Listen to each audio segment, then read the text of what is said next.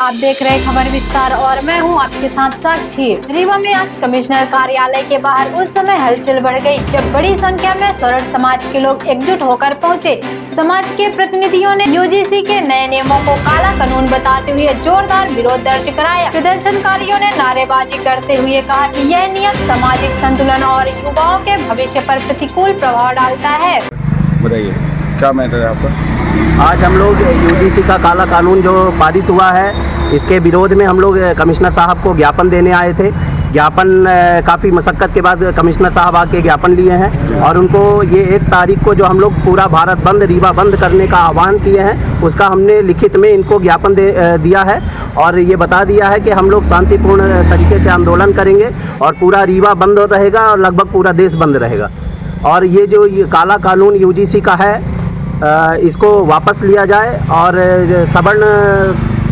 सवर्णों को और SC ST इन सभी को जो लड़ाने का कार्य किया जा रहा है, क्योंकि यूनिवर्सिटियों में आप देख लीजिए इस समय कहाँ मतलब विघटन ऐसा पैदा किया जा रहा है। सामान्य भी बैठता है उसी बेंच में, SC ST भी बैठता है, OBC भी बैठता है, सब साथ में बैठ के पढ़ते हैं। किसी भी यूनिवर्सिटी में आप चले जाइए, वहाँ तो ऑलरेडी ऐसी कोई दुर्भावना वाली बात ही नहीं है। और अगर ऐसा थोड़ा बहुत कहीं होता भी है बाई चांस, तो उसके लिए पूरा प्रशासन है वहाँ, यूनिवर्सिटी जिम्मेदार लोग बैठे हैं, रजिस्ट्रार बैठे हैं, सारे लोग बैठे हैं। तो ऐसा आज के दौर में तो ये 21वीं शताब्दी में तो ऐसा पॉसिबल ही नहीं है। तो ये ज़बरदस्ती सरकार हम लोगों के ऊपर थोप के इसका दुरुपयोग करवाना चाहती है और इसमें समाज बटेगा, इसमें जुड़ेगा नहीं समाज, ये पूरा बटेगा।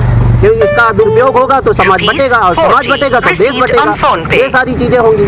तो ये सरकार ऐसी चीज़ें ना करे, ऐसा कानून ना लाए। हम सब साथ हैं, SC ST वाले भी हमारे भाई हैं, OBC भी हमारे भाई हैं, हम सभी सवर्ण साथ में। और सवर्ण को तो इतिहास रहा है, हमेशा सभी को लेके चला है। तो ये विघटन पैदा करने का जो काला कानून है यूजीसी, इसको रोल बैक करना चाहिए, सरकार को समझना चाहिए। जी, आपका नाम भैया? मेरा नाम अभिषेक सिंह, हिंदू क्षत्रिय वाहिनी संगठन का संभाग सह प्रभारी हूँ। मौके पर पहुंचे समाज के पदाधिकारियों ने कमिश्नर को ज्ञापन सौंपकर विस्तृत जानकारी दी। ज्ञापन में स्पष्ट किया गया कि 1 फरवरी को रीवा बंद का आह्वान किया गया है ताकि यूजीसी के खिलाफ व्यापक जन आंदोलन को गति मिल सके।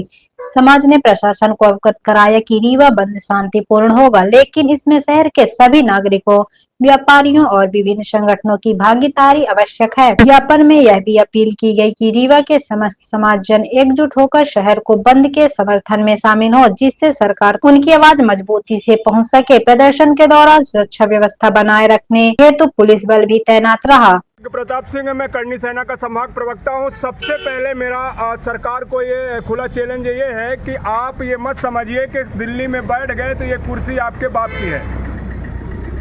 भारत के संविधान की कुर्सी किसी के बाप की जागीर नहीं है। भारत के लोगों के द्वारा इनको रहमे करों पर 5 साल के लिए बैठाया गया है और दिल्ली में बैठकर ये अपने आप को ये ना सोचे कि मैं जो हूँ सब कुछ कर लूँगा। देश के अंदर इस तरह से दबाव मत पैदा करें, इस तरह से किसी को मत दबाएं कि वो फट जाए और देश के अंदर गृह युद्ध हो जाए। जिस तरह से सरकार ने एक कानून लाया है, अगर किसी के बच्चे का भविष्य खराब होगा, किसी यूनिवर्सिटी बड़े बड़े कॉलेजों में बड़े मुश्किल से तो 99 पॉइंट में कट ऑफ लेकर बच्चा वहाँ कॉलेज पहुँचा। अब कॉलेज पहुँचने के बाद तुमने क्या कर दिया कि वहाँ पे एक नया 2000 जो इन्होंने यूजीसी विश्वविद्यालय आयोग अधिनियम 2026 13 जनवरी को जो लागू किया है। हालांकि ये आयोग 28 दिसंबर 1985 को बना था, जो निरंतर चला आ रहा था। 2012 में इस कानून में संशोधन किया गया और जो अभी सुप्रीम कोर्ट ने आदेश किया है कि 2012 का कानून अभी यथावत रखा जाएगा। सरकार चाहती क्या है? एक तरफ बोलती है सबका साथ सबका विकास।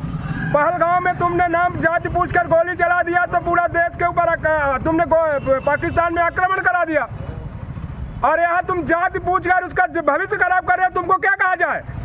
आतंकवाद। दिल्ली में बैठे हुए जो लोग हैं इनको क्या कहें? पहलगांव वाले आदमी कहें या देश के जनप्रतिनिधि कहें? इनके बाप की सरकार नहीं है, ये जनता ने इनको चुनकर भेजा है, ना ये किसी क्वालिफिकेशन कर प्रधानमंत्री बने हैं।